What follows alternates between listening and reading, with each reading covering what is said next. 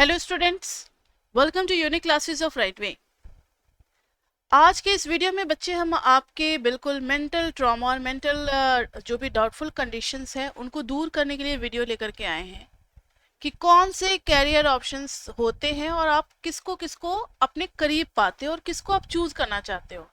आप ये डिसाइड नहीं कर पा रहे हो तो ये मेरा वीडियो आपको उसमें हेल्प कर सकता है कि कौन सा कैरियर ऑप्शंस आपको ज़्यादा पसंद आ रहा है, आपके दिल के करीब है, और उसके हिसाब से आप 10th के बाद से ही अपनी तैयारी शुरू कर दो, स्ट्रीम वगैरह चूज करने लगो कि हमें कब क्या करना है। तो देखो कितने कैरियर ऑप्शंस होते हैं, बहुत सारे होते हैं। लाइक पहला हो गया डॉक्टर, दूसरा हो गया इंजीनियर, ठीक है, डॉक्टर इंजीनियर। थर्ड हो गया लॉयर,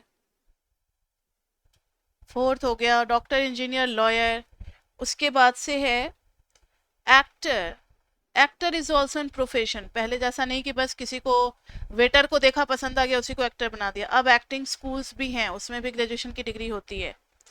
एक्टर, मॉडल, मॉडलिंग अगर आपको पसंद आता है, एयर होस्टेस। गर्ल्स का सपना होता है ना एयर होस्टेस बनना, क्योंकि उन्हें लगता है कि अगर मैं एयर होस्टेस बनूंगी तभी मेरी खूबसूरती को पहचान मिलेगी। Next is seventh, pilot. Boys में ज्यादा होता है, बचपन से प्लेन उड़ाते उड़ाते खिलौने, मुझे पायलट बनना है, मुझे पायलट बनना है। कुछ लोग होते हैं CA, CS executive, CMA executives बनने में ज़्यादा उनको थ्रिलिंग एहसास होता है कि मुझे ये बनना है, एग्जीक्यूटिव्स बनने हैं। नाइन्थ इज गवर्नमेंट जॉब अगर आपको करना है, government job. Tenth is singing, singing के बाद है डांसिंग। ये सब डिग्री बेस्ड कोर्सेज हैं इसलिए आपको बताया जा रहा है, सिंगिंग, डांसिंग। और फिर फैमिली बिजनेस भी, इसको भी तो कैरियर ऑप्शंस में लिया ही जाएगा ना बच्चे, क्योंकि बहुत सारे ऐसे बच्चे हैं जिनके फैमिली बिजनेस है। मेरा बेटा ग्रेजुएशन करके आएगा तो बिजनेस संभालेगा, मेरी बेटी बड़ी होगी ग्रेजुएशन करेगी तो मेरा बिजनेस संभालेगी, ऐसे ख्याल होते हैं फैमिली के। तो फैमिली बिजनेस। और लास्ट में भी एक उपाय है, कई बच्चे नहीं मैम मुझे कुछ नहीं करना, मुझे इतने कैरियर ऑप्शंस की जरूरत नहीं है, मुझे कुछ नहीं करना, मुझे बिल्कुल शांति चाहिए, तो उन बच्चों के लिए भी है। लास्ट में थोड़ा सा लाइट मूड करेंगे और हम लोग योग पीठ के बारे में भी बात करेंगे। हरिद्वार में जो योग पीठ होते हैं उन सब से रिलेटेड, यहाँ मतलब शांति के साथ साथ आप अपना जीवन यापन भी कर सकते हो। तो चलें आप सबसे पहले कैरियर ऑप्शन से कि आपको कब डिसाइड करना चाहिए, कब कब आपको चांस मिलता है डिसाइड करने का। अगर आप डॉक्टर बनना चाहते हो तो आफ्टर 10th आप डिसाइड करो कि आपको पीसीबी लेना है, physics chemistry bio. 11th 12th में ही आप अपने सिलेबस को इतने अच्छे से पढ़ लो कि एंट्रेंस जो होगा उस एंट्रेंस में आप एक ही बार में क्लिक कर जाओ। और हेल्प के लिए बहुत सारे कोचिंग इंस्टीट्यूट खुले हुए हैं जो कि आपको उस लेवल की तैयारी करवाते हैं। वो आप में थोड़ा सा एनर्जी भर देते हैं और कुछ नहीं करते, और नॉलेज थोड़ा दे देते हैं, बैकअप दे देते हैं, ताकि आप कोई भी एंट्रेंस को क्रैक कर पाओ। एंट्रेंस करने के बाद डायरेक्ट आपको एडमिशन मिल जाएगा मेडिकल में। और बहुत सारे कॉलेजेस होते हैं उसमें आप फॉर्म भरोगे 12th के बाद ही, और उन सब का फॉर्म जो है सितंबर अक्टूबर से मिलने लगता है, नवंबर से भी। फॉर्म भर दो, एंट्रेंस होगा, एंट्रेंस के बाद आपकी काउंसलिंग होगी, जिस कॉलेज में जो जो सीट बचा हुआ होगा आपको वहां वहां वो चीजें ऑफर की जाएंगी। इंजीनियर में आफ्टर 10th ही आप डिसाइड कर लो कि आपको 11th 12th में आपको लेना है PCM, physics chemistry maths.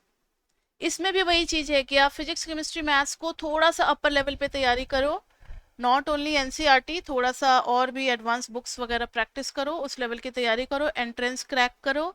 Entrance के बाद आपको बीटेक में एडमिशन जब लेने जाओगे किसी भी कॉलेज में तो वो काउंसलिंग होती है। जब आप रिटर्न निकाल लेते हो ना तो एक काउंसलिंग होती है कि देखो भाई अब हमारे पास कंप्यूटर साइंस में एक भी सीट नहीं बची है, रैंकिंग के हिसाब से दिया जाता है, अब आप ले लो, सिविल ले लो। आपको पसंद है वो कॉलेज, आपको सिविल भी ब्रांच पसंद है तो आप ले लो, नहीं तो फिर आप दूसरे कॉलेज में ट्राई करो। तो ये सब काउंसलिंग में किया जाता है। Next is lawyer. लॉयर अगर बनना है शुरुआत से ही आपको पता है तो आपके लिए बेटर होगा कि आप आर्ट्स लेकर के पढ़ो।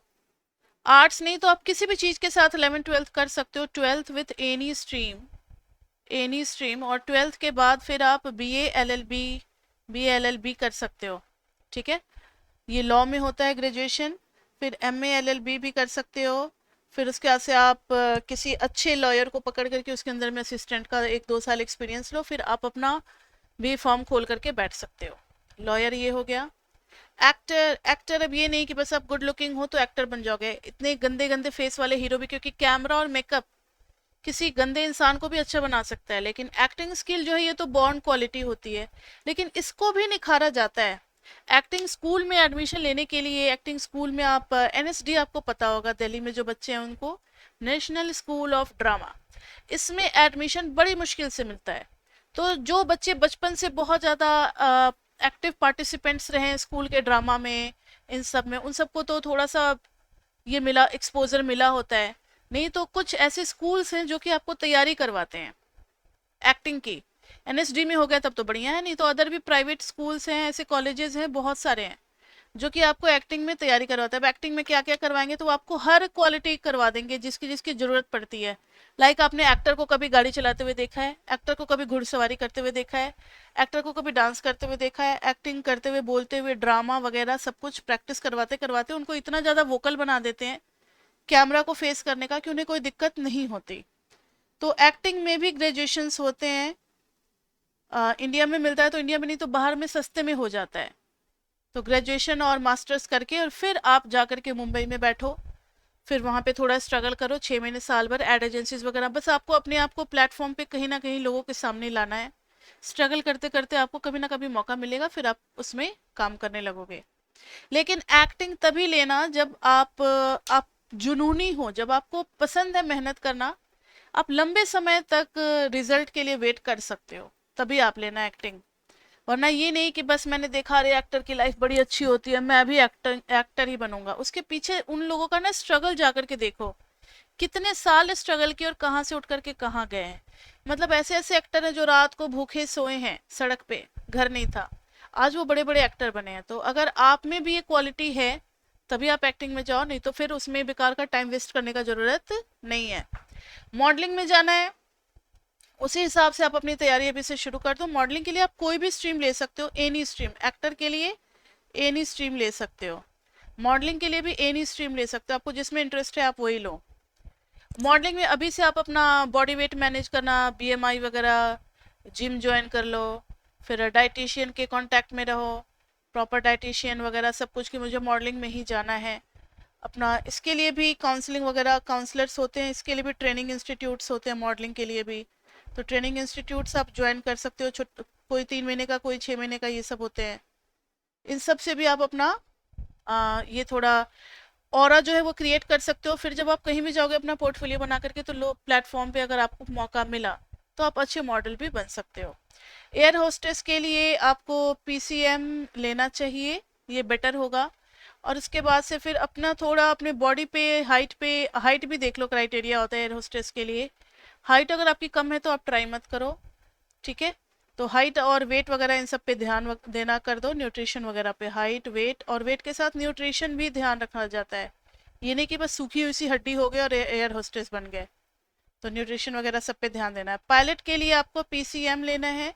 पीसीएम के बाद ही 12th में आपको पायलट में काफ़ी ज़्यादा, पायलट के लिए ना काफ़ी ज़्यादा कॉशन मनी रखा जाता है, क्योंकि अगर आप कोई प्लेन उड़ाने जा रहे हो और प्लेन के साथ अगर कुछ हादसा हो गया तो फिर वो कहाँ से भरपाई करेगी। तो उसके लिए ना 20-25 लाख रुपए तो वो कॉशन मनी ही रखवा लेते हैं।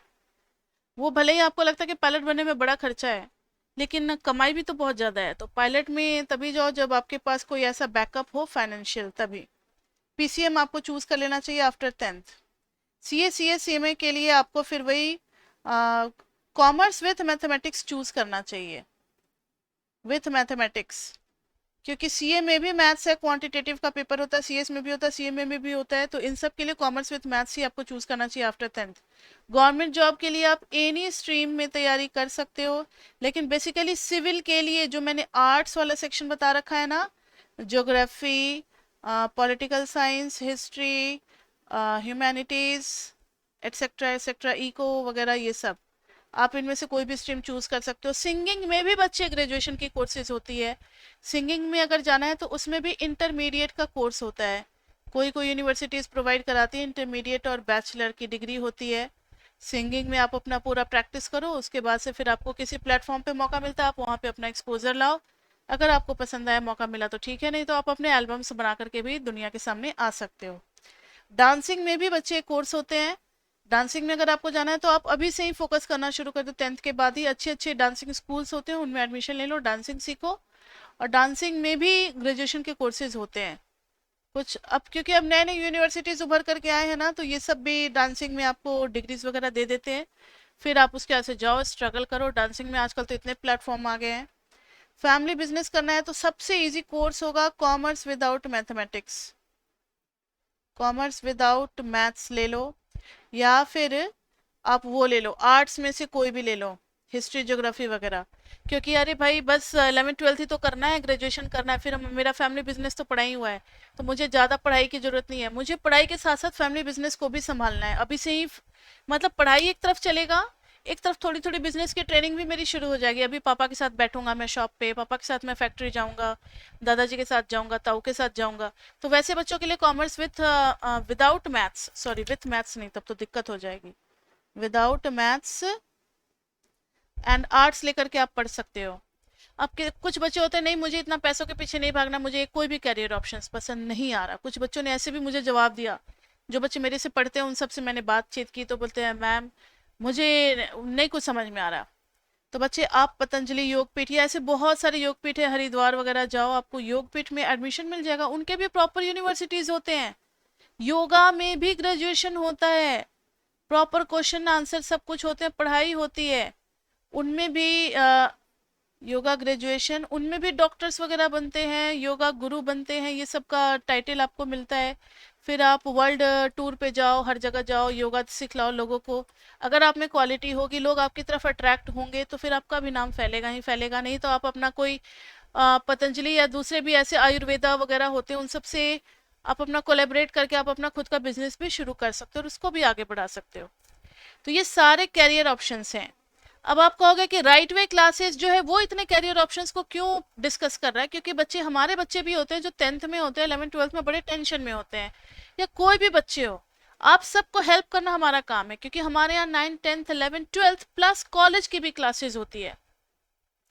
तो हमारे यहाँ जो कोर्सेज आपको ऑफर किए जाते हैं वो है, ऑफलाइन भी दी जाती है प्लस ऑनलाइन भी दी जाती है। ऑफलाइन में जो बच्चे, नज़दीक में हमारा सेंटर दिल्ली में है, तो जो बच्चे दिल्ली में हैं एनसीआर में, वो आकर के, या आसपास के सोनीपत पानीपत, वो बच्चे भी पढ़ सकते हैं ऑफलाइन में। नहीं तो ऑनलाइन तो सबके लिए है, दूर दूर से डिस्टेंट वाले बच्चे भी ऑनलाइन कोर्स हमारा ज्वाइन कर सकते हैं।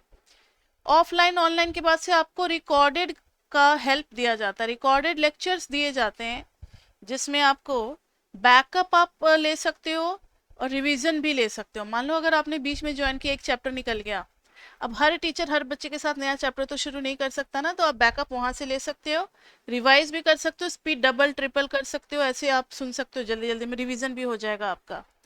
फिर पर्सनल डाउट्स भी जूम मीटिंग के थ्रू, ऑनलाइन में मीटिंग भी क्रिएट की जाती है, लाइव मीटिंग की क्लासेस होती है हमारी, उसमें पर्सनल डाउट्स भी क्लियर किए जाते हैं।